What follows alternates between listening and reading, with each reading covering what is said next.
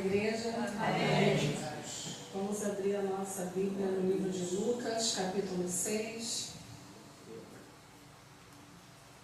versículo 46 ao 49. E por que me chamais Senhor, Senhor, e não fazeis o que eu digo? Qualquer que venha a mim e ouve as minhas palavras e as observa, eu vos mostrarei a quem é semelhante. É semelhante ao homem que edificou uma casa e cavou e abriu bem fundo, pôs os alicerces sobre a rocha e, vindo a enchente, bateu com ímpeto a corrente naquela casa e não a pôde abalar, porque estava fundada sobre a rocha. Mas o que ouve e não pratica é semelhante ao homem que edificou uma casa sobre a terra sem alicerces, na qual bateu com ímpeto a corrente e logo caiu, e foi grande a ruína daquela casa. Glória a Deus. Se a gente for ler só com os olhos terrenos, a gente já entendeu praticamente o que o Senhor está falando. Mas, como nós temos que olhar não só as Escrituras com o nosso, que a gente acha o entendimento, mas nós temos que olhar com o Espírito, com o Espírito Santo conosco. Nós sabemos que a rocha é Jesus. Nós sabemos que Ele é a nossa única rocha onde nós podemos confiar. Nós sabemos que essa chuva, as águas, a enchente, são os problemas diários que nós vivemos. As coisas que nos aparecem, as coisas que nós também caçamos, as coisas que nós nos sabotamos, porque muitas das vezes nós culpamos o inimigo, nós culpamos tantas coisas e não culpamos a falta da nossa busca, a falta da nossa confiança, a falta do nosso amor, a falta da nossa obediência, a falta do nosso sacrifício com o Senhor. Porque às vezes, irmãos, é muito fácil nós falarmos que confiamos no Senhor. Ah, Jesus é minha rocha. Sim, Ele é a nossa rocha. Mas e quando vem a enchente?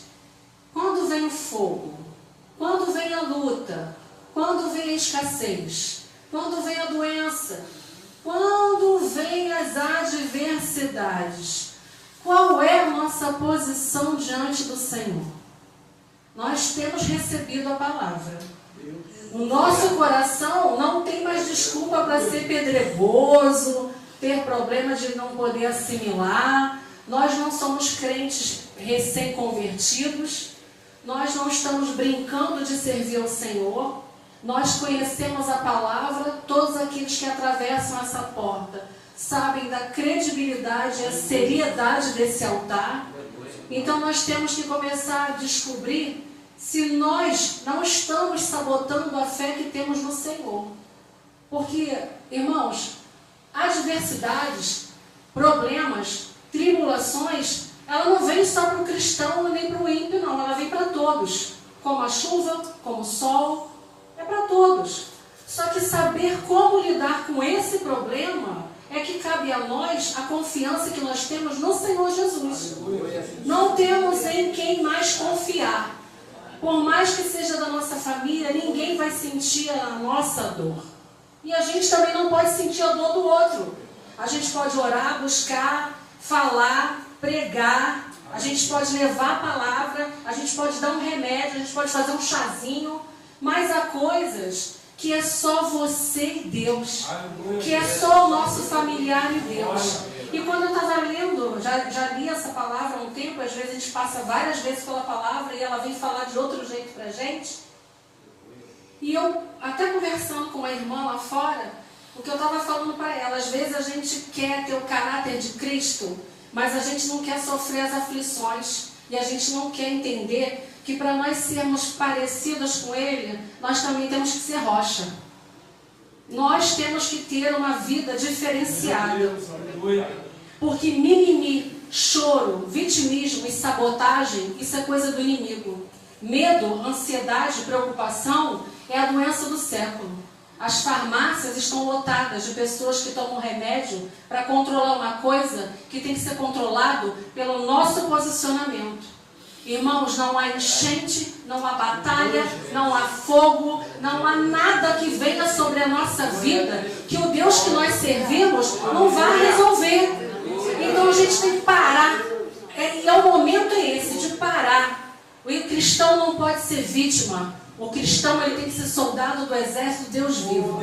E por mais que o ambiente, o cenário seja desfavorável, nós temos a palavra. E a palavra é o nosso alimento. A palavra é a nossa força. Nós não podemos mais falar que conhecemos ao Senhor e não estamos andando com o Senhor. Nós não podemos mais falar que estamos andando com o Senhor e quando acontece alguma coisa na nossa vida, a gente se desmorona. Não podemos nos desmoronar, não podemos esmorecer, não podemos parar. Porque a gente sabe que isso tudo que temos passado aqui é momentâneo. Os nossos olhos não podem mais ficar na terra. Jesus está voltando. Jesus está voltando. E às vezes a gente paralisa diante de um problema, paralisa diante de uma escassez, de uma doença, de uma situação. Mas a gente está tirando então o poder de Jesus na nossa vida. Porque se nós falamos que cremos no Senhor Jesus, entregamos a nossa vida para Ele, estamos sendo apacentados pela palavra, por que a gente está retrocedendo? Por que a gente está chorando? Por que a gente está murmurando? Cadê o alicerce? O alicerce da nossa vida é Jesus. Ventania vem, fogo vem, sofrimento vem, a tribulação vem, a felicidade, gente. Eu estava às vezes pensando, eu fico lá em casa pensando. O mundo quer felicidade. Nós já temos a maior felicidade, que é a nossa certeza da vida eterna. Nós temos momentos de felicidade. Eu não creio que o Senhor vai querer que os filhos dele sofram o tempo todo, vivem na batalha. Eu não creio isso. Mas há batalhas que o Senhor nos dá para que nós venhamos a passar por elas e o nome dele ser glorificado através daquela batalha. Há batalhas que a gente passa por causa da falta da nossa busca, do nosso sacrifício, do nosso joelho no chão. Há batalhas que o inimigo também nos traz para mostrar se nós estamos com o Senhor ou se nós estamos já com o pezinho para perto dele. E todas essas batalhas têm que ser vencidas com o nosso joelho no chão e a confiança no Senhor Jesus. Não tem mais como nós deixarmos que abalem os nossos alicerces, porque os nossos alicerces são o Senhor Jesus. A nossa força é do Senhor Jesus. Humanamente nós não conseguimos resolver os nossos problemas, mas nós temos um que pode resolver, que sacrificou a vida dele lá naquela cruz, sofreu o que nós nunca temos condições de mensurar o que ele sofreu, para nos dar a vida eterna. Então, irmãos, não deixem que nada, nenhum sofrimento, nenhuma palavra, nada venha desviar o alicerce que nós temos do Senhor Jesus. Ele é a rocha, então prove que você está com ele na rocha. Prove, porque na hora que vem a provação, nós temos que deixar de botar os olhos na provação e enxergar o Senhor Jesus que nós servimos. E tudo isso que temos passado, vai passar. Vai passar. O olho do cristão não pode mais estar na vida do mundo. O olho do cristão tem que estar na vida eterna. E você pode, hoje em dia, falar que você está com a sua salvação em dia? Então que nós possamos olhar para a palavra e começar a entender que nós não somos mais meninos. Nós somos já velhos, de idade avançada, não tem nenhuma criança, não tem nenhum recém-convertido. Não há nada, ninguém, nada e nem ninguém que pode nos afastar do amor do Senhor e entendermos que só Ele é a nossa rocha.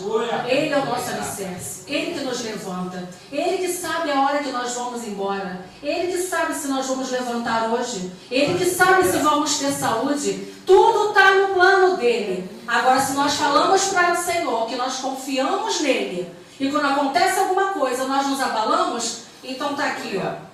É semelhante ao homem que edificou uma casa e cavou, e abriu bem fundo e pôs o alicerce sobre a rocha. E vindo a enchente, bateu com ímpeto a corrente naquela casa, e não pôde abalar, porque estava fundada sobre a rocha.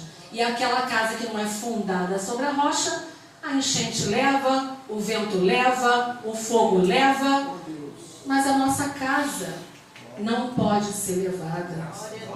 Nós não estamos brincando de servir. Nós estamos aqui buscando verdadeiramente ao Senhor. Então, se há alguma coisa na mente dos irmãos, algum problema que vocês estão passando, que eu também estou passando, e às vezes pode vir querer nos abalar, repreenda na hora. Porque nós servimos a um Deus vivo. Jesus Cristo é o nosso Senhor. Ele é a nossa rocha. E se Ele falou que Ele é inabalável, está escrito que Ele é inabalável, nós também seremos, porque nós temos que buscar o caráter de Cristo em nós. É essa palavra que eu queria deixar para os irmãos.